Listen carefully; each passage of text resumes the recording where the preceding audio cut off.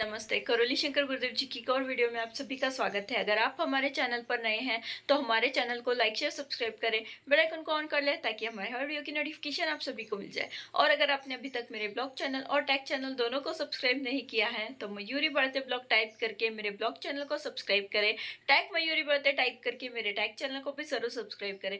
Daily update के लिए हमारे व्हाट्सएप चैनल और टेलीग्राम चैनल को फॉलो करना ना भूलें। इन सभी की लिंक आपको नीचे डिस्क्रिप्शन बॉक्स में मिल जाएगी। आप वहां पर क्लिक करके हमारे व्हाट्सएप चैनल और टेलीग्राम चैनल को भी फॉलो कर सकते हैं। जय मां कामाख्या, जय करोली शंकर महादेव जी, जय राधा रमन जी, हर हर महादेव। लेकिन तब आपको डॉक्टर दिखाई देता है, क्यों? जेब में पैसा रहता है।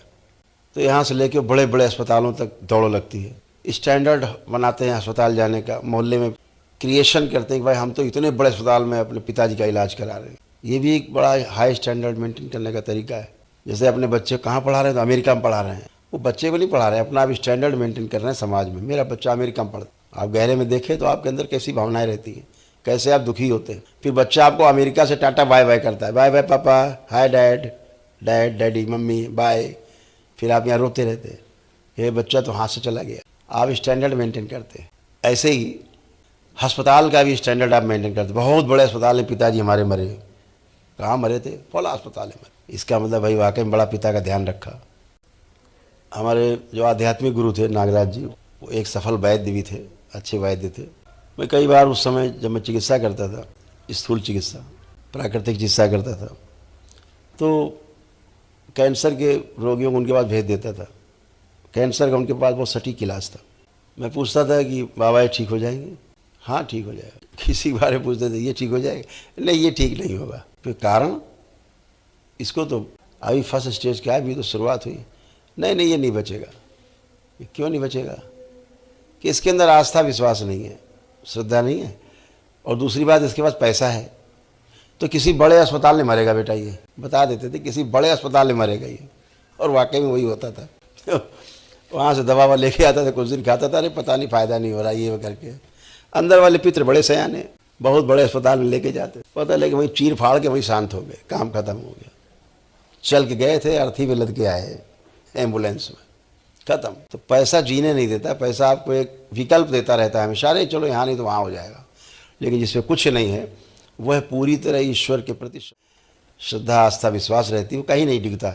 इसलिए सबसे पहले वही ठीक होता है जिसके पास कुछ भी नहीं है धन दौलत, उसके पास केवल ईश्वर है, एक विश्वास है, आस्था है और कुछ नहीं, इसलिए जल्दी ठीक होता है। तो विकल्प जब तक आपके पास रहेगा तब तक आपको समस्या रहती है। चलो ये देवी देवता पूज लें, ये नहीं तो ये वाला पूज लें, ये भी पूज लें, इसको ही पूजा कर लें, कोई तो करेगा।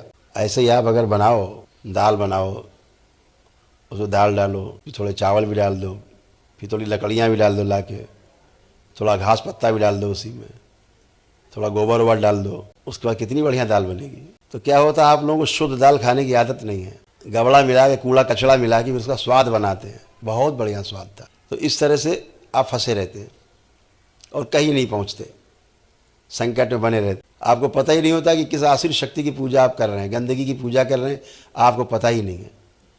कहाँ फंसे हुए हैं आपको पता ही नहीं, और आप कचड़े में फंसे रहते हैं और कष्टों में बने रहते हैं। पहली बार आपको करोली शंकर महादेव दरबार में आकर के, इस धाम में पहली बार पता लगता है कि वाकई में ईश्वर की पूजा आराधना क्या होती है। आप एक दिन में ही सारी प्रक्रिया करके, वैदिक प्रक्रिया, एक दिन में ही आप स्वस्थ होते। उस दिन आपको पता लगता है कि ईश्वर है, सनातन धर्म कुछ है। इसके पहले तो आपको लगता था शायद दरगाहों मज़ारों में ज़्यादा ताकत है, शायद दूसरे मजहबों में, दूसरे धर्मों में, संप्रदायों में ज़्यादा शक्ति है। आज आपके इस दरबार की जो शक्तियाँ हैं उसके बराबर करने वाला बाहर का कोई दूसरा संप्रदाय, मजहब, धर्म नहीं है जो आपके दरबार की बराबरी कर सके। क्योंकि आपके श्रद्धा, आपकी आस्था, आपका विश्वास सबसे बड़ी ताकत। और ये दरबार आपको यही सिखाता है कि जो प्रार्थना है और संकल्प की जो शक्ति है, बहुत बड़ी शक्ति। संकल्प, ऋतंभरा जैसा संकल्प जो दरबार आपको कराता है, जैसे ऋतंभरा का अर्थ सत्य से भरा हुआ संकल्प। सत्य क्या है? जो है ही, उसके साथ जुड़ जाना, ऐसा संकल्प। बोध सहित संकल्प जो बुद्धि के स्तर पे होता है, पूरी तरह मान लिया है कि बिल्कुल ठीक होंगे और आप स्वस्थ होते हैं। बहुत अद्भुत विज्ञान है, जैसी आपकी सोच होती आप वैसे बनते जाते हैं। बहुत अद्भुत विज्ञान है सूक्ष्म जगत का। तो आप सभी केवल संकल्प प्रार्थना करके अपने को स्वस्थ रख सकते हैं। ऊर्जा आपके पास है ही। जो असाध्य रोगी परिवार के सदस्य हैं, यदि ईश्वर के यहाँ से उनमें श्वासें शेष हैं, उम्र शेष है, तो निश्चित रूप से दरबार महाहवन करवाता है, उनके लिए निःशुल्क है वो, और वह भी स्वस्थ होते हैं धीरे धीरे धैर्य रखते हुए। रोज़ तमाम कितने कैंसर के रोगी, एड्स के रोगी, कितनी महिलाएं, बच्चियां कितने खतरनाक रोगों से जूझते हुए सब स्वस्थ होते हैं, एकदम स्वस्थ। तो आपको एक बात हमेशा ध्यान में रखनी है कि ईश्वर की शक्ति और आपके संकल्प की शक्ति, प्रार्थना की शक्ति, दोनों मिल करके आपको एकदम स्वस्थ रखते हैं, शारीरिक, मानसिक और आध्यात्मिक रूप से हर तरह से स्वस्थ और आप अपनी अच्छी यात्रा जारी रख सकते हैं। इस लोक के लिए भी और उस लोक के लिए भी, दोनों लोक के लिए आप काम कर सकते हैं इसी मर्त लोक में। तो आप सभी एकदम स्वस्थ हैं, अच्छे हैं और ऐसे अच्छे बने रहें। आपके अंदर कोई गंदगी शेष नहीं है, न विचारों के रूप में गंदगी शेष है, और ना ही कोई जरा सा भी एक कोई स्मृति ऐसी नहीं जो आपको कष्ट दे रही हो, मानसिक, शारीरिक या आध्यात्मिक। आप पूरी तरह स्वस्थ होकर बैठे हैं, अच्छे होकर बैठे हैं और ऐसे अच्छे बने रह सकते हैं यदि आप दरबार के नियम ऐसे ही पालन करते रहें। छोटे छोटे लेपन अत्यधिक आवश्यक है, सभी को पता है। लेपन आपके मस्तिष्क की सूजन को नष्ट करता है। मस्तिष्क में जो सूजन रहती है उसको नष्ट करने के लिए लेपन है, जो बाबा माँ से सिद्ध है।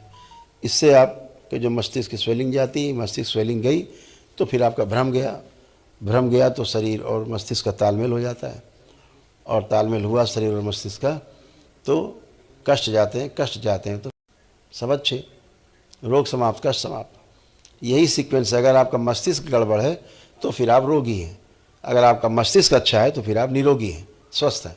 एक लाइन की बात, कहीं शरीर में कोई चीज़ नहीं है, केवल मस्तिष्क ही आपका सबसे बड़ा मास्टर है आपके बॉडी में, जो आपको स्वस्थ रख सकता है, आपको बीमार भी कर सकता है।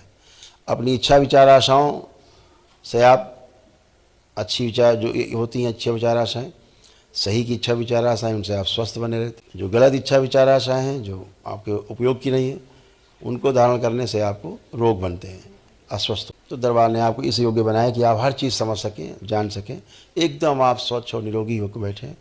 तो आप सभी लोग, आपके परिवार के लोगों को भी, आप सभी को बहुत बहुत बाबा माँ की ओर से, भगवान भोलेनाथ, माता कामाख्या की ओर से बहुत प्रेम, बहुत आशीर्वाद। आप सभी स्वस्थ रहें, सुखी रहें और वीडियो आपको संपन्न। कैसा लगा कमेंट बॉक्स में लिखकर जरूर बताइएगा। आगे भी इसी प्रकार की वीडियो देखने के लिए हमारे चैनल को लाइक शेयर सब्सक्राइब करें, बेल आइकन को ऑन कर ले ताकि हमारे हर वीडियो की नोटिफिकेशन आप सभी को मिल जाए। वीडियो को पूरा देखने के लिए धन्यवाद।